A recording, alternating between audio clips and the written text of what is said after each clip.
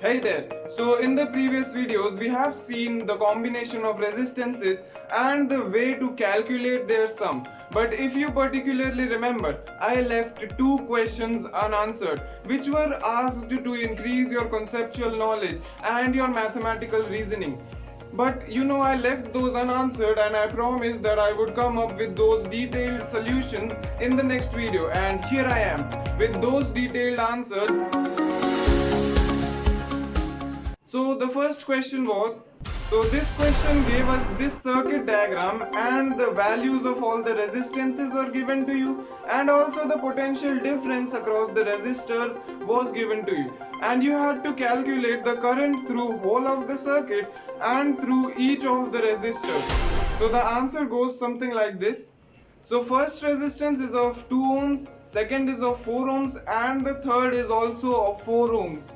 So to calculate total current through the circuit, we will first have to find the equivalent or total resistance, and the way is simple. Just apply the formula, which is 1 by R is equal to 1 by 2 plus 1 by 4 plus 1 by 4.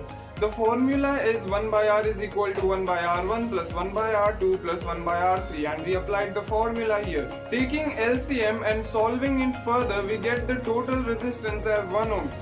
So you see how this resistances in parallel works. I have discussed the advantages of this parallel connection before, that the equivalent resistance comes out as low compared to the initial resistances we used.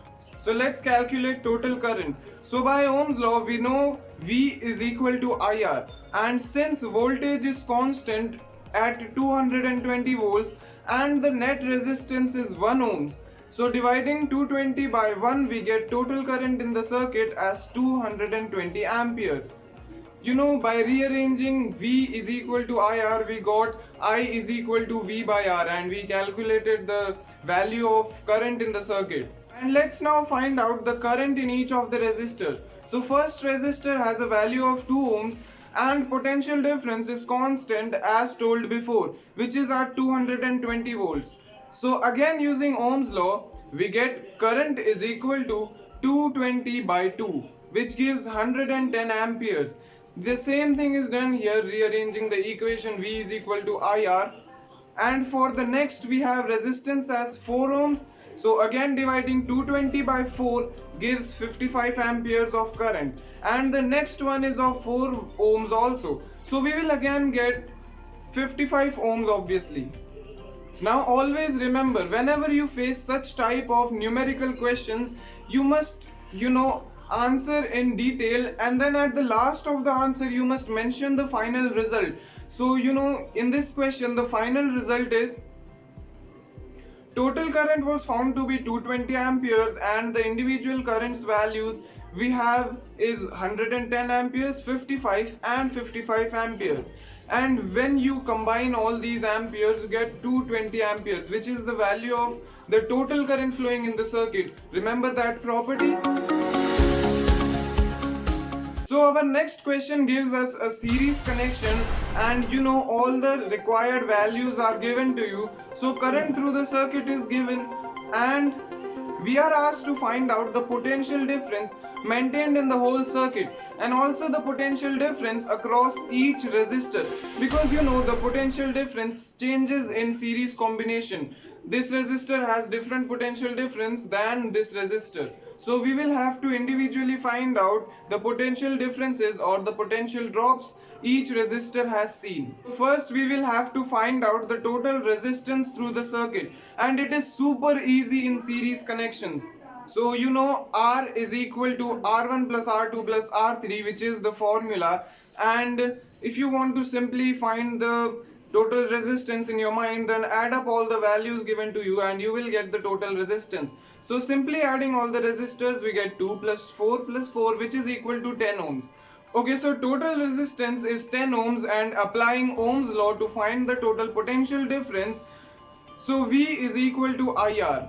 and the current through the circuit is 20 amperes as given. So the potential difference will be 20 into 10 ohms, which is equal to 200 volts. Now this was the total potential difference maintained in the circuit. Now we have to individually find out the potential drops seen by each resistor. So we will do this in this way. So current will remain constant at 20 amperes. You know, the same property discussed in my earlier videos, and 20 amperes is the current, and first resistance has a value of 2 ohms, then potential difference through it by Ohm's law will be 40 volts. You know, you have to apply Ohm's law everywhere. The next resistance has 4 ohms of value, and the current is constant again 20 amperes, so the potential difference is 80 volts. The next resistance is again 4 ohms, so the potential difference will be same as before, 80 volts. So again, final results, we have seen that the voltage or the total voltage was 200 volts, and you know, the individual voltages was 40 and 80 and 80 volts. So after discussing these videos, I hope by now the concept of, you know, combination of resistors and their properties is very clear to you, because this is one of the most basic things and one of the most mathematical things in this chapter. So numericals will be maximum based on this topic, and one of the further topics, which is heating law of Joule's or Joule's law of heating, which we will definitely study, but you know, this is one of the important topics. So numericals are based on this topic, and you must practice as much as numericals as possible. So I have come up with some other numericals that will help you solve further numericals. So these are basic numericals which will help you gain an idea of about what these numericals are like.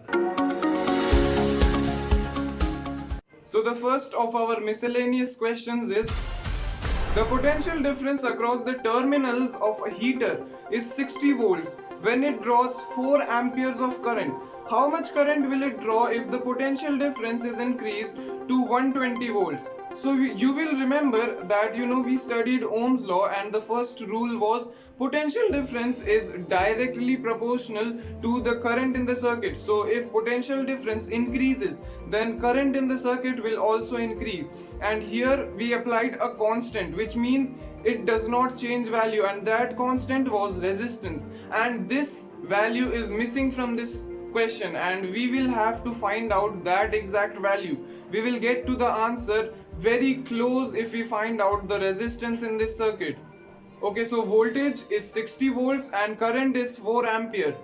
And calculating the resistance is very easy. Resistance is equal to V by I, which we get obviously from the Ohm's law, and then 60 by 4, which gives us the resistance of the heater as 15 ohms.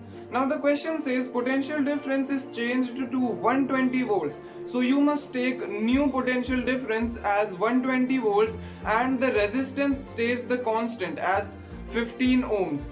So you know, you have to still combine those values to find the current increase. So I is equal to V by R, which we get from the Ohm's law, which gives us 120 by 15. So it leaves us with the answer, which is 8 amperes. So as a final answer, you should write that the current will increase to 8 amperes. You know, this is one of the very tricky questions. At least many students think so, and this question has no particular values of each resistance or potential difference or current. This only gives you, you know, some variables which you have to interchange using your mathematical reasoning and get to the final answer.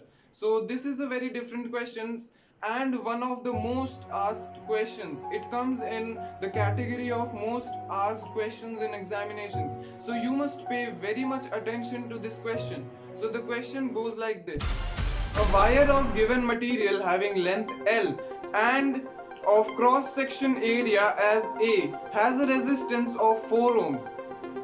What would be the resistance of a wire of same material having length L by 2 and cross section area 2A? So this basically says that you have two wires. The first wire has length L, you know, variables are given to you, and area of cross section A, and the second wire has length as L by 2, which means the length of this wire is half of the length of this wire, and area of cross section is 2A, which means this wire is twice as thick as this wire. The resistance of this thinner wire is also given to you, which is 4 ohms, and you have to find out the resistance of this wire. So a tricky question which does not give you any particular value but asks you a particular value itself. So this is a tricky question. You must get your brains on this video very much attention. And you know, if I tell you that this is one of the easiest questions and you can simply do this by playing with the formulas, then you will be amazed to some extent. But you know, you still have to play with formulas only. By looking at the question only, which says L or L by 2 and then cross section area A by 2 or 2A, you must have guessed that the formula used is resistance is equal to resistivity L, which is length, by area, which is represented by A obviously. So yes, of course, we will use this formula and derive the whole equations, the whole answer from this one formula. So resistance is given of the first wire, which is equal to 4 ohms, which is also equal to resistivity length upon area, which is rho L by A. So L is given, A is given, so we will use those particular variables, and 4 ohms is equal to rho L by A. Now we have to find out the resistance of the second wire. So the resistance of the second wire we will take as R dash or R1 as you may call it, and then you will take it and then you will say R1 or R dash is equal to rho L by A.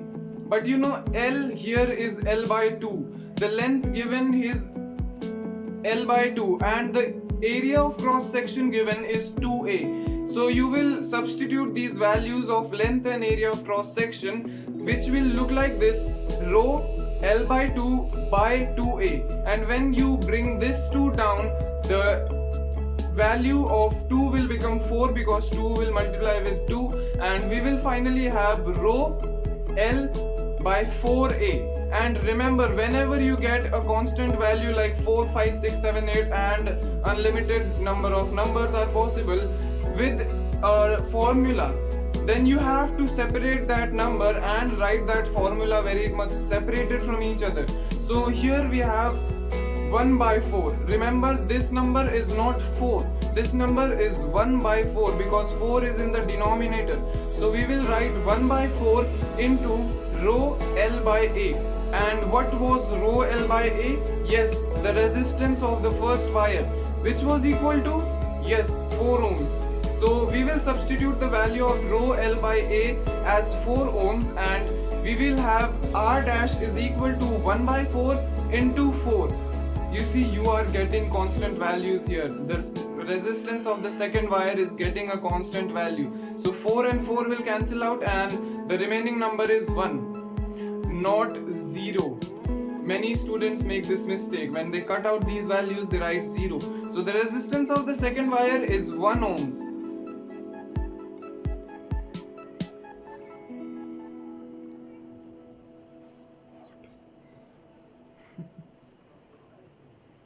So now you may say that this is a very easy peasy question, and you are right. You just need to have mathematical and logical reasoning to the question. You see how we played with formulas and got to an constant answer. So you must use your logical reasoning here.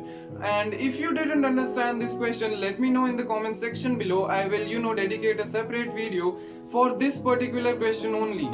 And with that being said, thanks for watching. Thumbs up if you liked it, sub if you loved it. This is Sahil Singh, you're watching Why, When and How To, and I'll catch you in the next one.